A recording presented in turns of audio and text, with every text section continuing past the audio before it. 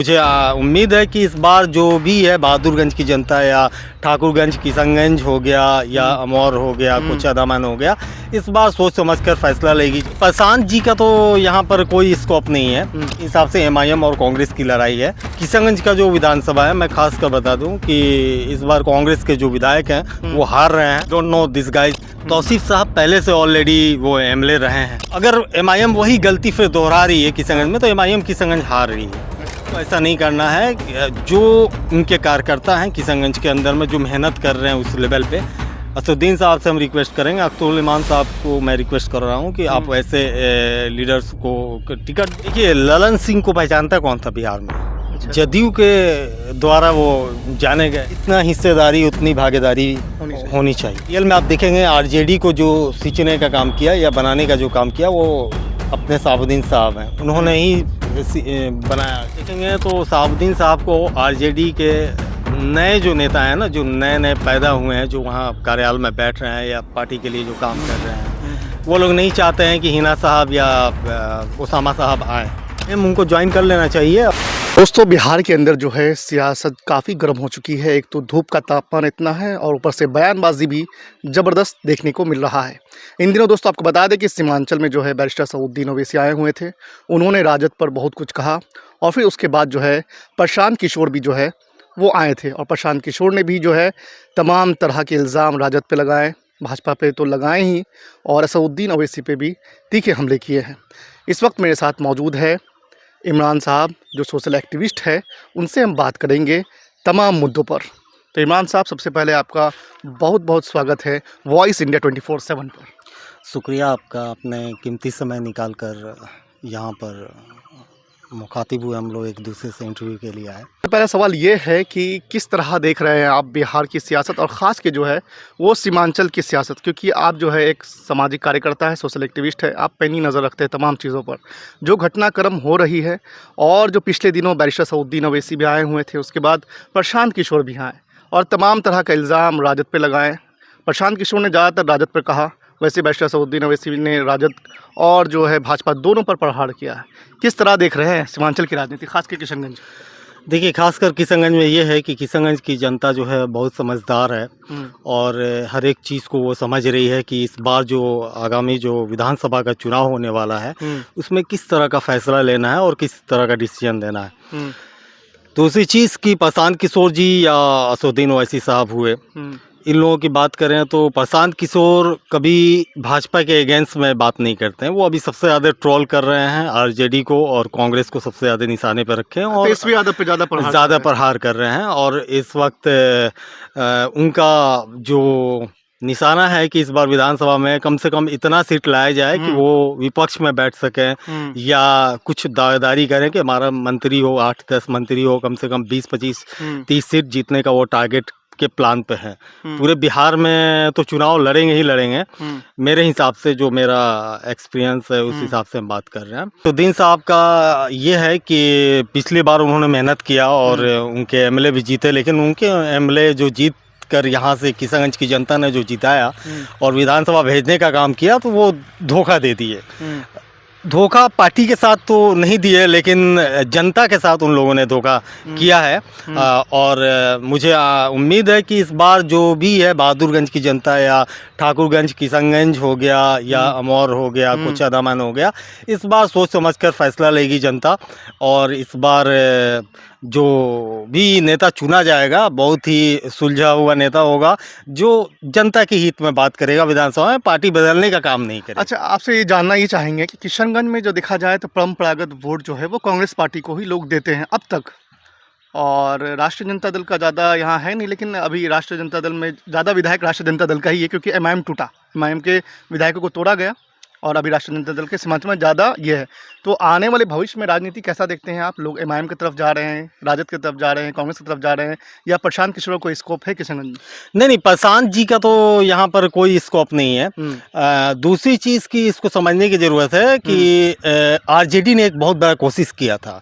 कोशिश ये किया था कि सोचा कि इस एमआईएम से हम जो भी विधायक खींच लेते हैं अपने पार्टी में, तो एक आगे के लिए सरकार की रणनीति तैयार करते हैं। लालू यादव जी का सपना सपना था कि तेजस्वी यादव मुख्यमंत्री बन जाए, है ना। तो उन्होंने एक कोशिश किया था, लेकिन वो कोशिश कामयाब नहीं हुआ। दूसरी चीज़ कि जो किशनगंज का जो माहौल है अभी सिर्फ यहाँ पर मेरे हिसाब से एमआईएम और कांग्रेस की लड़ाई है।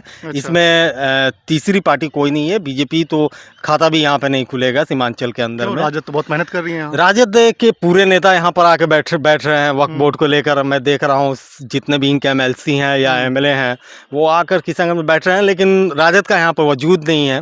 राजद किसी भी कीमत पे अगर राजद को देखिए, कांग्रेस अगर ये लोग गठबंधन में लड़ रहे हैं, आरजेडी और कांग्रेस लड़ रहे हैं, और भी कोई पार्टी होगा जो इन लोग अपना इंटरनल गठबंधन कर रहे हैं, तो आरजेडी का यहाँ पर अगर सीट मिलता है तो आरजेडी का भी खाता नहीं खुलेगा। अच्छा। कांग्रेस वर्सेस एमआईएम की लड़ाई होगी।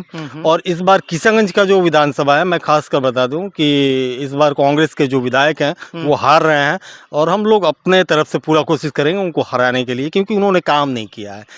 इस पोटिया और किशनगंज के अंदर में उनका कहीं पर काम मुझे नहीं दिखा, बाकी लोगों को दिखता होगा, लेकिन मेरा जो तजुर्बा रहा, जो हम देख रहे हैं, क्षेत्र में घूम रहे हैं, तो उसमें इस विधायक जी का कोई रोल नहीं। I don't know this guys, वो क्या नाम है, मैं उनको पर्सनली भी नहीं जानता। इजहारुल साहब, तो मैं उनको जानता भी नहीं हूँ। कहीं पर उनका शिलान्यास का बोर्ड लगा भी होगा तो उसका काम भी नहीं हुआ है। सिर्फ बोर्ड लगाया गया है, बनाया गया, उद्घाटन हुआ है, फीता काटा गया, कहीं पर काम नहीं है। तो इस बार जो किशनगंज की जो जनता है ना, बहुत सोच समझ कर। भाजपा भी मजबूत है किशनगंज में।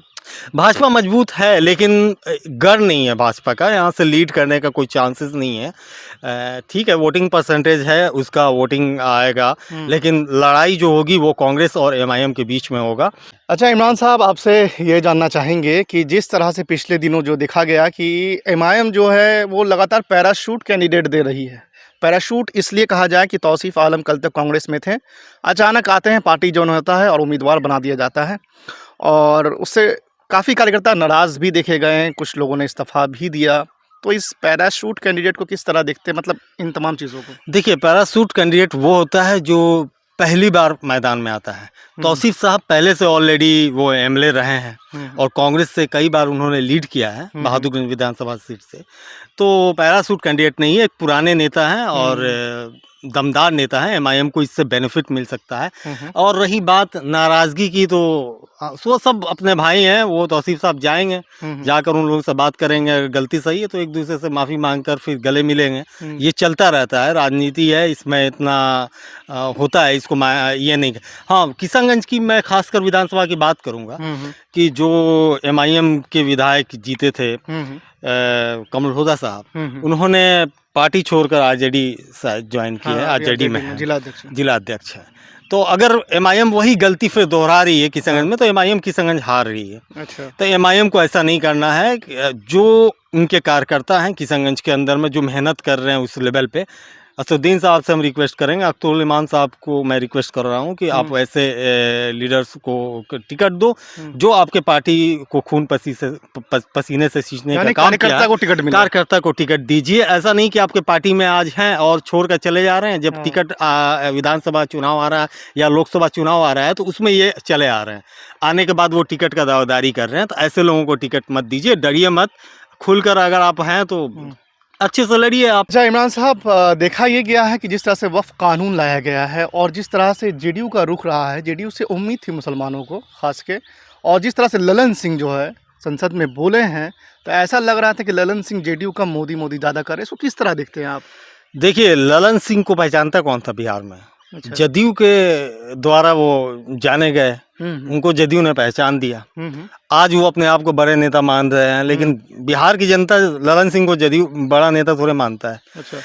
बात यह है कि जदयू जो है इस वक्त बीजेपी के गोद में बैठी हुई है, भाजपा के गोद में बैठी हुई है। भाजपा जो बोलेगी जदयू को वही करना। जदयू का वजूद नहीं है बिहार में। आप रियल में, आप फैक्ट में, आप पूरे बिहार का आप दौरा करेंगे या सर्वे करेंगे ना, तो जदयू का कहीं पर भी नामो निशान नहीं है। अच्छा, बात किया जाए अब राष्ट्रीय जनता दल की। राष्ट्रीय जनता दल जो है अब वो पहले वाला राष्ट्रीय जनता दल नहीं रहा। पहले एमवाई हो रहा था, लेकिन अब जो है Tejashwi Yadav A to Z की बात कर रहे हैं। तो इस राजनीति को किस तरह देख रहे हैं? देखिए, बिहार में इन लोगों ने एक सर्वे करवाया था, जिसमें मुसलमान 40%, 15% के, 15%, 16% के करीब में मुसलमान का आंकड़ा, 17 का आंकड़ा इन लोगों ने ही बताया कुछ सर्वे में। अभी जाति वाला में भी तो देखा जिसकी जितना हिस्सेदारी उतनी भागीदारी होनी चाहिए, है ना। तो इन लोगों ने टिकट कहाँ दिया, कितने मुसलमान को टिकट दिया, आरजेडी कितने मुसलमान को टिकट दिया, कोई मुझे बताएगा?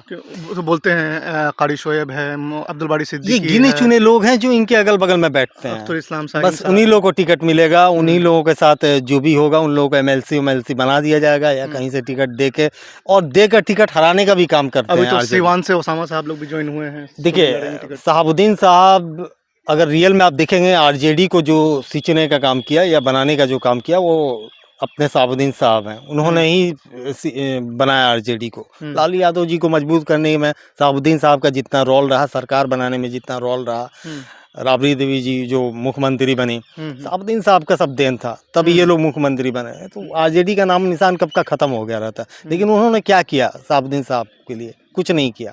आरजेडी ने कुछ भी नहीं किया शहाबुद्दीन साहब के लिए। अभी हिना साहब को अगर इतना आरजेडी में दम होता तो हिना साहब को राज्यसभा के अंदर भेज दिया गया होता बनाकर, अब इन लोगों को भेजे। लेकिन ये हरियाणा से किसको बना रहे हैं, कहीं से किसको भी बना दे रहे हैं। लेकिन शहाबुद्दीन साहब के परिवार को कुछ भी नहीं मिला है, आरजेडी से नहीं मिला है। फिर ये दोबारा इन लोगों ने पार्टी छोड़ दिया था, दोबारा ये लोग पार्टी ज्वाइन किए हैं। लेकिन उम्मीद है अगर दे रही है हिना साहब को, तो आरजेडी क्या दे रही है, शहाबुद्दीन साहब का खून पसीना का मेहनत मिलेगा उनको, बाकी कोई बात नहीं है। देखिए, आप सही में आप देखेंगे तो शहाबुद्दीन साहब को आरजेडी के नए जो नेता हैं ना, जो नए नए पैदा हुए हैं, जो वहाँ कार्यालय में बैठ रहे हैं या पार्टी के लिए जो काम कर रहे हैं, वो लोग नहीं चाहते हैं कि हिना साहब या ओसामा साहब आए।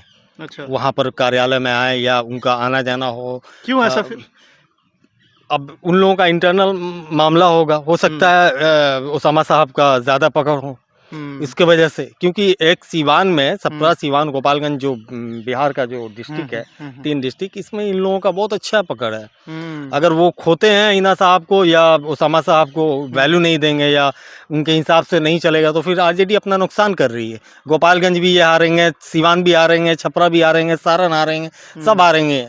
इसका असर आपको मुजफ्फरपुर तक पड़ेगा। आप देखा जाए, इसका असर आपको सीमांचल में भी पड़ेगा। अच्छा।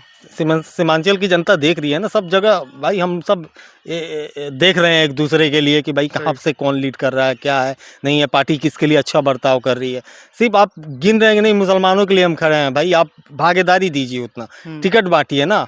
सीमांचल में देखा गया है, खासकर किशनगंज में, कि एक नेता जो 15 साल से जेडीयू में रहे, पूर्व विधायक भी रहे, अभी सुप्रीम कोर्ट में पीआईएल भी दाखिल किए हैं, उसके लिए भी लड़ रहे हैं वक्फ कानून के खिलाफ। और वो जो मास्टर मुजाहिद साहब की बात कर रहे हैं, वो मास्टर मुजाहिद साहब अभी तक फैसला नहीं लिए हैं कि किसी राजनीतिक दल में शामिल होना है, नहीं होना है, अगला चुनाव निर्दलीय लड़ेंगे। किस तरह देख रहे हैं उनकी इसको? कुर्बानी कहेंगे इसको। 15 साल बिल्कुल। कोई नेता अगर अपने पार्टी के लिए काम कर रहा है, 15 साल, वो भी 15 साल काम किया है, और सत्ताधारी पार्टी को छोड़ना, सत्ताधारी पार्टी को छोड़ना, और बिल्कुल हो सकता है वो अपने लोगों के साथ विचार विमर्श करें और अपने कार्यकर्ताओं के साथ कमेंट्स में, मेरे कमेंट्स में भरा रहता है कि एमआईएम ज्वाइन करना चाहिए उनको। हाँ बिल्कुल, अगर ऐसा है तो वो एमआईएम उनको ज्वाइन कर लेना चाहिए और देखना चाहिए, या अपने कार्यकर्ता या लोगों से मिलाकर वो फिर जिस पार्टी में जाना होगा वो जाएं। अच्छा, आखिर में आपसे पूछना ये चाहेंगे कि जिस तरह से भारतीय जनता पार्टी पैर फंसाल रही है पूरा बिहार में, देखिए नीतीश कुमार जो है, अब कहा जाता है कि नीतीश कुमार की तबीयत ठीक नहीं है, जो इल्ज़ाम भी लगता है, और लोग कंसर्न भी हैं उनकी तबीयत को लेकर। और भाजपा कहीं ना कहीं जो महाराष्ट्र में हुआ वही कह रही है कि इनके नेतृत्व में लड़ेंगे, लेकिन डिक्लेयर नहीं कर रही कि मुख्यमंत्री फिर नीतीश कुमार ही होंगे। देखिए, बीजेपी की रणनीति है, बीजेपी चाहती है कि जदयू का यहाँ से वजूद ख़त्म हो जाए, और वजूद ख़त्म भी हो चुका है। लड़ाई बीजेपी ज़्यादा से ज़्यादा सीट पर लड़ेगी, मेरे को जहाँ तक आशंका है कि इस बार जो दावेदारी बीजेपी का रहेगा। लेकिन मैं पूरे हिंदुस्तान का बात करूंगा कि बीजेपी ने सिर्फ देश के जनता को गुमराह किया है, लूटने का काम किया है। आप देखिए, जीएसटी लगा दिया गया है, टैक्स प्रॉपर वे में लिया जा रहा है, कोई उससे तो विकास ही हो रहा है ना, जीएसटी लगा के दिया गया। देखिए, विकास का मतलब क्या होता है? हाईवे देखिए आप कितना अच्छा बन रहा है, नितिन गडकरी साहब कितना अच्छा काम किया। देखिए, नितिन गडकरी साहब काम किया, और भी है, रेलवे सुरक्षा पे बात कर लीजिए आप, कितने सारे वंदे भारत तो चल रहा है, वंदे भारत चल रहा है, एक्सीडेंट कितना हो रहा है, दुर्घटना कितना हो रही है, इसका जिम्मेदार कौन है? एयरपोर्ट पे आप जाइए, एक समोसा का कीमत कितना है? आप एक किराया कार- महंगा होता है ना वहाँ पे। पार्किंग का देखिए ना, पहले तो नहीं था ना, पेट्रोल डीजल का दाम होगा, गैस सिलेंडर जो आपको 450-500 रुपया में मिलता था वो आज 1100-1200 में आप ले रहे हैं। तो महंगाई चरम सीमा पे है और ये बोल रहे हैं भाई हमारा पुराना वाला दिन लौटा दो। इधर आपको आतंकी हमले हो रहे हैं, दिया गया तो मुंह तोड़ जवाब। मुंहतोड़ जवाब का मतलब हुआ कि आप खुलकर पूरा लड़िए। लड़ रहे हैं आप खुल के। हमारे यहाँ भी लोग मारे गए हैं, 30 लोग घायल हुए हैं, जिन्होंने माँ, परिवार, बच्चे, फैमिली खोया है। किसी ने अपने बेटा को खोया है, किसी ने अपने माँ को खोया लेकिन है। इस वक्त देश एकजुट है। बिल्कुल एकजुट होना चाहिए। हमारा भारतीय सैनिक बहुत ताकतवर है। अगर उसको मौका मिलेगा वो अच्छा परफॉर्मेंस करेगी और वो अपनी ताकत को दिखाएगा। हम सैल्यूट करते हैं हम अपने सैनिक को कि जिन्होंने इतना बड़ा कदम उठाया, स्ट्राइक किया, लड़ा और जवाब दिया। ये हमारी भारतीय सेना का एक बहुत बड़ा रोल है और हमारा जो सेना है पूरे वर्ल्ड में जाना जाता है और देश हित के हर एक आदमी, हर एक नागरिक हमारे देश के लिए खड़ा है। लड़ने के लिए हम सब तैयार हैं। ऐसा नहीं है अगर कोई दुश्मन हम लोगों पे अटैक करेगा तो हम सारे हिंदुस्तानी मुंहतोड़ जवाब देने के लिए मुंहतोड़ जवाब देने के लिए तैयार हैं। 140 करोड़ की जनता जागी हुई है, सोई हुई नहीं है। तो आप जैसे लोग हो गए, जो चैनल हो गए, ये छोटे छोटे जो यूट्यूबर्स हैं या चैनल वाले हैं ना, ये फैक्ट दिखाने की कोशिश करते हैं, लोगों को बताने का कोशिश करते हैं। तो मैं बड़ा चैनल नहीं देखता हूँ और बहुत सारे हैं ऐसे एंकर हैं, ऐसा न्यूज बनाने का वो कोशिश करते हैं, दहशत लोगों को फैलाने का। न्यूज रूम में वार हो गया है, यही लड़ाई लड़ने जा रहे हैं। तो मेरे साथ हैं इमरान साहब, उन्होंने देश और तमाम बिहार और सीमांचल की राजनीति के बारे में आपको जानकारी दिए हैं। आपको ये जानकारी कैसी लगी, अपनी राय जो है वो कमेंट बॉक्स में ज़रूर रखें और देखते रहें वॉइस इंडिया 24/7।